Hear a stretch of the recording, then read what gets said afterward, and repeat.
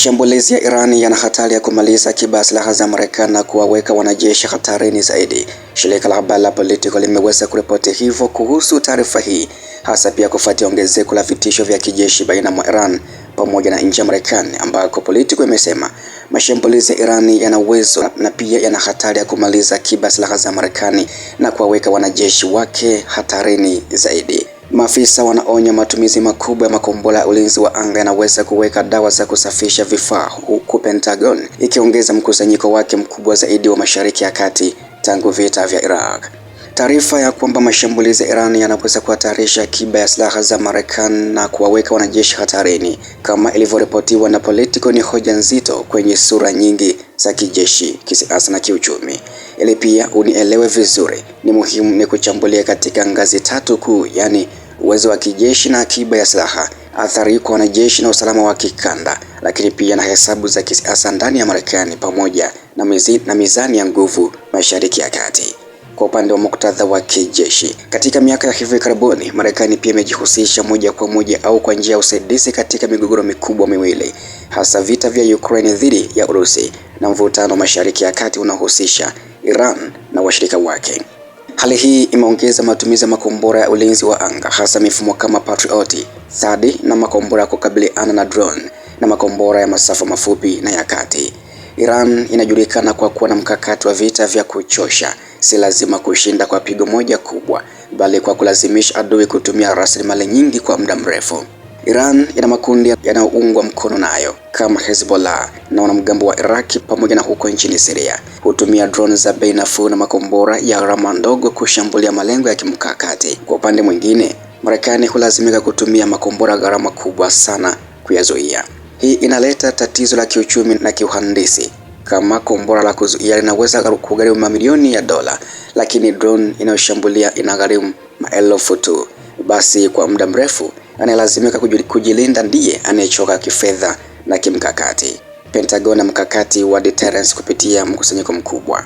Ripoti inataja kuwa Pentagon, ambako ndiko iliko wizara ama tuseme ndiko makao ya ulinzi wa Marekani, imeongeza mkusanyiko wake mkubwa zaidi wa kijeshi Mashariki ya Kati tangu vita vya Iraki. Hii ina maana gani?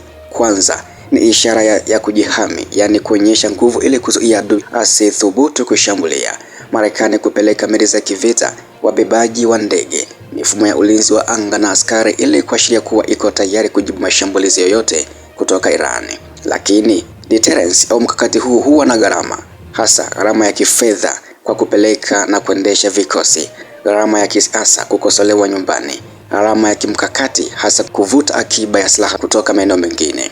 Iwapo Marekani itatumia makombora mengi ya ulinzi wa anga Mashariki ya Kati, basi itahitaji kuongeza uzalishaji wake. Tatizo kwamba viwanda vya kijeshi haviwezi kuongeza uzalishaji mara moja. Baadhi ya makombora hutengenezwa kwa kasi ndogo na hutegemea vipuri vya kimataifa. Kwa upande wa hatari kwa wanajeshi wa Marekani, je, mashambulizi ya Irani ni vipi yanaweza kuhatarisha wanajeshi wa Marekani? Moja ya hoja kuu ni kwamba upungufu wa akiba unaweza kuwaweka wanajeshi hatarini. Marekani ina maelfu ya wanajeshi katika vituo vya Iraki, huko nchini Syria, Jordan, Qatar na Bahrain. Iwapo makombora ulinzi wa anga yatapungua, basi kambi zitakuwa na ulinzi mdogo dhidi ya makombora au drone. Wanajeshi watakuwa katika hatari ya mashambulizi ya kushtukiza. Marekani italazimika kuchagua ni kambi zipi zilindwe zaidi na zipi zipunguziwe ulinzi. Hii inaweza kuleta mgawanyiko wa kimkakati. Je, ilinde Israeli kwanza au ilinde kambi zake za Iraq au ilinde huko kambi zake za Ghuba ya Uajemi? Katika hali ya vita vya kisasa, makosa madogo yanaweza kusababisha vifo vya askari na mzozo wa kisiasa mkubwa nyumbani. Ripoti kama hizi mara nyingi pia zinaibua mjadala ndani ya siasa za Marekani. Wapo wanaoamini kuwa Marekani imejitanua sana kijeshi nje ya mipaka yake na imekuwa polisi wa dunia. Wengine wanaona ni lazima kulinda maslahi yake na washirika wake. Iwapo akiba ya silaha itapungua kwa kasi, basi wapinzani wa sera za kijeshi wanaweza kudai kupunguza ushiriki wa Marekani Mashariki ya Kati. Wanasiasa wanaunga mkono ulinzi mkali wanaweza kusukuma bajeti kubwa zaidi ya kijeshi. Katika kipindi cha uchaguzi, hoja ya usalama wa taifa huwa nyeti sana. Tukio lolote la askari wa Marekani kuuawa kutokana na upungufu wa ulinzi linaweza kubadili mwelekeo wa mjadala wa kitaifa. Kwa mtazamo wa Tehran, lengo si lazima kuishinda Marekani moja kwa moja, bali kuonyesha kuwa inaweza kuumiza maslahi ya Marekani, kuongeza gharama za uwepo wa Marekani katika eneo, kulazimisha mazungumzo kwa masharti bora. Iran imewekeza sana katika makombora ballistic na drone. Silaha hizi ni nguzo ya mkakati wake wa kuzuia. Kwa kutegemea teknolojia ndani, Iran pia inaweza kuzalisha kwa wingi na kwa gharama ndogo. Iwapo Marekani italazimika kutumia akiba yake kwa kasi kubwa, Iran inaweza kuona hiyo kama ushindi wa kimkakati, hata kama hakuna vita rasmi vilivyotangazwa. Moja ya masuala makubwa ni uwezo wa uzalishaji. Marekani imekuwa pia ikiongeza uzalishaji wa makombora kwa ajili ya Ukraine. Sasa ikiwa itahitaji kuongeza kwa ajili ya Mashariki ya Kati, pia itabidi kuongeza bajeti, kuongeza mikataba kwa kampuni za ulinzi, kupanua minyororo ya usambazaji. Lakini minyororo ya kimataifa imeathiriwa sana na migogoro ya kibiashara na kisiasa. Hivyo hata taifa lenye uwezo mkubwa kama Marekani haliwezi kubadili uzalishaji mara moja. Je, hii ni tahadhari au mkakati wa shinikizo la kisiasa? Ni muhimu pia kujiuliza, taarifa kama hizi zinatolewa kwa lengo gani? Wakati mwingine maafisa wanaweza kuvuja taarifa kwa vyombo vya habari kama Politico ili kushinikiza Kongresi kuongeza bajeti, kuandaa umma kwa uwezekano wa operation kubwa, kuweka shinikizo la kidiplomasia kwa Iran. Hivyo taarifa inaweza kuwa na ukweli wa kijeshi, lakini ni kuwa sehemu ya mkakati wa kisiasa. Je, matokeo yanayoweza kutokea ni yapi sasa? Iwapo hali itaendelea, Marekani itaongeza uzalishaji wa makombora na mifumo ya ulinzi. Iran itaendelea kutumia mbinu za gharama nafuu kuchosha ulinzi. Mashariki ya Kati itaendelea kuwa uwanja wa vita vya proxy. Hatari ya makosa kimahesabu na itaongezeka pia. Tukio moja linaweza kusababisha vita vikubwa zaidi.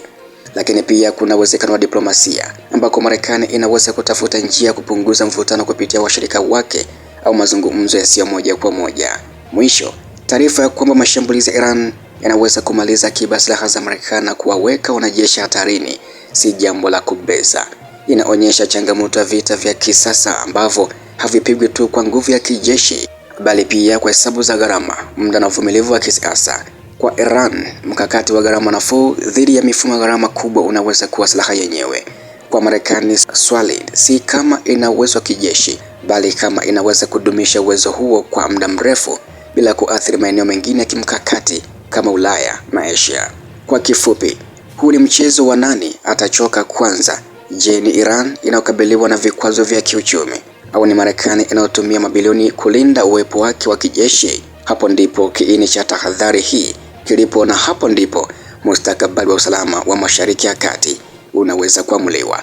Na huu ndio mwisho wa uchambuzi mpana kuhusu hatari ya mashambulizi ya Iran kwa nchi ya Marekani, ambako pia Politico imeeleza kwamba mashambulizi ya Iran yanaweza kumaliza kabisa akiba silaha za Marekani, lakini pia wanajeshi wake kuweka hatarini zaidi, hasa wale ambao wako katika Mashariki ya Kati. Asante sana, endelea kutufuatilia kila siku na kila wakati kwa habari na uchambuzi mbalimbali hapa ndani ya chaneli yako pendwa kabisa JM TV.